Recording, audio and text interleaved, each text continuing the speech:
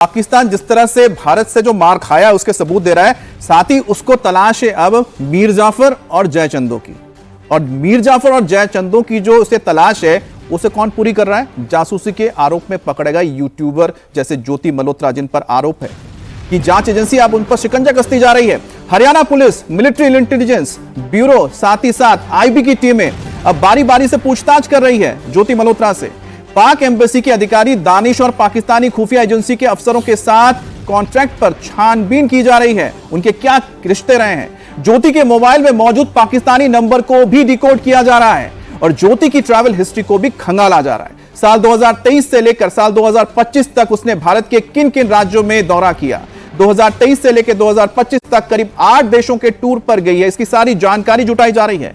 अब ज्योति मल्होत्रा के बैंक खातों की भी जांच होगी, जो फंडिंग है उस पर भी अब जांच की जाएगी। अब दत्ता सर, जयचंद और मीर जाफर ये एक ऐसे आप कह सकते हैं किरदार है जिसका जिक्र हमेशा आता है जब भारत और पाकिस्तान का जिक्र होता है। किस तरह से ये डैमेज करते हैं हमारे, क्योंकि वो चोला ओढ़े रहते हैं एक आम नागरिक का, लेकिन काम करते हैं जासूस का। बिल्कुल, देखिए ऐसा है कि ये पूरा एक्चुअली जो इंटरनेशनल स्पाई एजेंसीज होती हैं, क्लॉक एंड डैगर की कार्रवाई करती हैं, वो हमेशा ऐसे टारगेट ढूंढते हैं जिनको भला फुसला के चाहे उसको हनी ट्रैप कर दिया जाए, या ऐसी लड़कियां जो खुद ही जाना चाह रही हैं पाकिस्तान, वहाँ पे आईएसआई के एजेंट अच्छे हैंडसम लड़कों को इनके पीछे लगा दिया जाता है, इनको कोई प्रेजेंट वगैरह दिए जाते हैं, दोस्ती बढ़ा के उनको ट्रैप कर दिया जाता है। तो ये एक सबक है जो इस लड़की का जो पेश आया अभी सामने, कि हमारे वो जितने नुमाइंदे हैं जो सेकुलरिज्म के अंदर और भाईचारे के अंदर अमन की आशा के चक्कर में वहाँ चले जाते हैं और उनके जंगल में फंस जाते हैं। और ये इंटरनेशनली ये पहला वाकया नहीं है, ये जितनी स्पाई एजेंसीज हैं, चाहे रशियन हो, चाहे ब्रिटिश हो, चाहे अमेरिकन हो, वो इस चीज़ का, और चाइनीज़ भी, अगर आपने देखा होगा नेपाल के अंदर भी चाइनीज़ ऐसी ही कार्रवाई कर रहे थे वहाँ के पॉलिटिशियंस के साथ में। तो ये थोड़ा ध्यान रखना पड़ेगा, और ख़ास करके हमको जो भी कोई हमारी पॉलिटिकल पार्टी हो, लीडरशिप हो, कोई भी हमें ऐसा बयान नहीं देना चाहिए। अगर एक बार हमने बोला हमारी जंग हो गई है हमारे दुश्मन देश के साथ में, आप बोलते हम आपके साथ में हैं, फिर आप बोले साहब मोदी साहब काम क्यों नहीं कर रहे, आप क्यों नहीं कर रहे, हमला क्यों नहीं कर रहे, हमने तो आपका साथ दे दिया। कहने का मतलब यह है कि आप गवर्नमेंट के साथ में खड़े हैं तो सब्र रखें, उस गवर्नमेंट को प्लान करने दें, सही तरीके से उस ऑपरेशन को लॉन्च करने दें, उसको घड़ी घड़ी उकसाएं मत कि हम तो आपके साथ खड़े, आप कर क्यों नहीं रहे हैं। आपको पता होना चाहिए कि मिलिट्री ऑपरेशंस कोई बच्चों का खेल नहीं है, इसके अंदर उन लोगों की जान, उनका जो जज्बा है वो इन्वॉल्व रहता है, जो इस जंग को दुश्मन के अंदर लेके जाते हैं।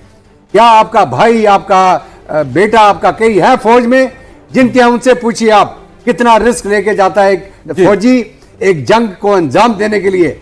तो ये कहना बड़ा आसान है कि सर जाहिर सी बात है कि आप जो बता रहे हैं, एक फौजी जो खड़ा है सरहद पर, उसको क्या चाहिए? उसको चाहिए कि भारत की जो जनता है, भारत की जो सरकार है, तमाम लोग हैं, वो भरोसा रखे उस पर। लेकिन साथ ही हमारे अंदर जो लोग हैं, जो दुश्मन है, जो बोलते हैं ना घर का बेदी लंका ढाए, ऐसे लोगों को चिन्हित करना बहुत जरूरी है, क्योंकि यही सबसे ज्यादा नुकसान पहुंचाते हैं। और ऐसे ही एक लिस्ट आपके सामने देख रहे हैं आप, जिसमें ज्योति मल्होत्रा, अरमान गजाला, यामीन मोहम्मद, देविंदर सिंह ढिल्लो और साथ ही मोहम्मद मुर्तजा, ये सभी पकड़े गए हैं क्योंकि कहीं ना कहीं ये पाकिस्तान को खुफिया जानकारी दे रहे थे। बहरहाल भारत की जो खुफिया एजेंसीज हैं, इन पर नजर रखी हुई है, कोई बचकर निकल नहीं सकता है। लेकिन साथ ही साथ हम अपने भविष्य को देखते हुए आगे बढ़ भी जा रहे हैं, क्योंकि हमारे जो हथियार हैं जिनके जरिए हम दुश्मनों पर जीत हासिल करेंगे, उनको अपग्रेड करना है। इसलिए आईएएफ ने सुकोई 30 MKI को अपग्रेड करने का फैसला लिया है। एचएएल के सुपर 30 प्रोग्राम के जरिए अपग्रेड किया जाएगा 84 फाइटर जेट्स को,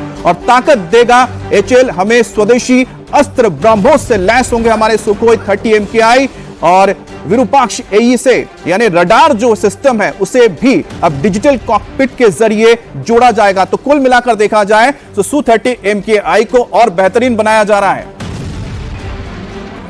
तो भारत इस वक्त तैयारी क्या कर रहा है? एक तरफ की पाकिस्तान को किस तरह से हर मोर्चे पे हमें मारना है, चाहे वो काइनेटिक फोर्स हो या फिर नॉन काइनेटिक फोर्स हो। बहल सर जी, एचएएल जब यह कहता है कि हम Su-30 MKI को और अपग्रेड करेंगे, मतलब साफ है कि हमने अभी अपने गार्ड्स नीचे नहीं किए हैं। हमें पता है कि भविष्य में हमें किस तरह की लड़ाई लड़नी है, और जैसा कि डीजीएमओ ने कहा था, अगली लड़ाई और ज्यादा हाईटेक होगी। बिल्कुल सही कह रहे हैं आप। ये बहुत जरूरी है कि हम अपने Su-30 MKI एयरक्राफ्ट, जो कि 13 स्क्वाड्रन है, 270 के करीब हमारे पास जहाज हैं, इनको अपग्रेड करके, जिसमें active electronically scanned array radar, जिसे आप AES से कह रहे थे, ये दुनिया के सबसे बेहतरीन रेडार होते हैं। और जब इसको अपग्रेड करके हमारी long range beyond visual range missiles के साथ इंटीग्रेट किया जाएगा, तो ये बहुत ही इफेक्टिव प्लेटफॉर्म बन जाएगा। और पाकिस्तान के पास जो एक ही एयरक्राफ्ट इसकी मैचिंग पे आएगा, वो होगा J-10 एयरक्राफ्ट। तो कहीं ना कहीं बहुत जरूरी था, और ये बहुत अच्छा स्टेप है। और कह रहे हैं कि 5 साल के अंदर सारे जहाज को अपग्रेड किया जाएगा। और एक बहुत ही अहम चीज उन्होंने और की है कि पहला LCA Mark 1A का स्क्वाड इस साल पे बनेगा।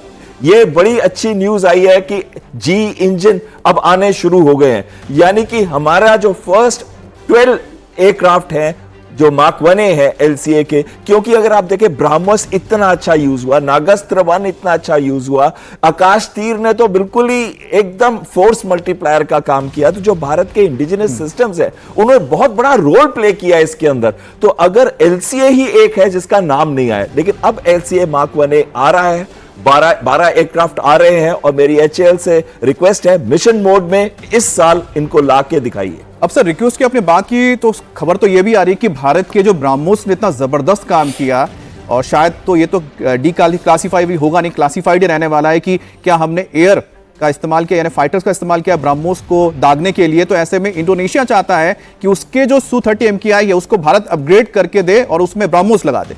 बिल्कुल सही कह रहे हैं कि ब्रह्मोस की रेंज जो नॉर्मली ग्राउंड से रेंज होती है वो 290 किलोमीटर है, लेकिन जो एयर से, हवा से हम फायर करते हैं उसकी 450 से ऊपर होती है।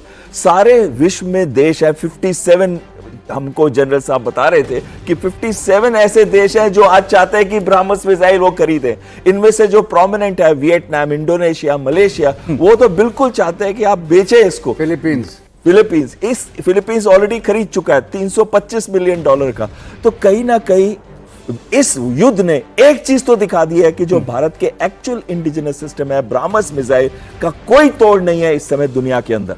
सिरा सर, जिस तरह से हमने आज बातचीत की, और इस बातचीत में एक बात तो निकल कर सामने, जिसको आपने कहा था कि अब भारत अपने जो देसी हथियार है उस पर ज्यादा फोकस करेगा, और आखिर में हमने HAL की खबर भी बता दी कि किस तरह से भारत अपने ही हथियारों को और ज्यादा बेहतर बना रहा है। और Su-30 MKI, जो कि भले ही हमने रशिया से लिया हो, लेकिन अब पूरी तरह से वो भारतीय बन चुका है, क्योंकि उसमें इतनी सारी तब्दीलियां की गई हैं। उसका सिर्फ एक ही मकसद है कि जो आने वाला युद्ध होगा उसमें भारत के साथ अगर कोई खड़ा भी ना हो, कोई साथ भी ना दे, हम अपने बलबूते पर दुश्मन को धूल चटा सकते हैं। और यही वजह कि आज दुनिया भारत की ओर देख रही है। आप सभी का बहुत बहुत शुक्रिया सर।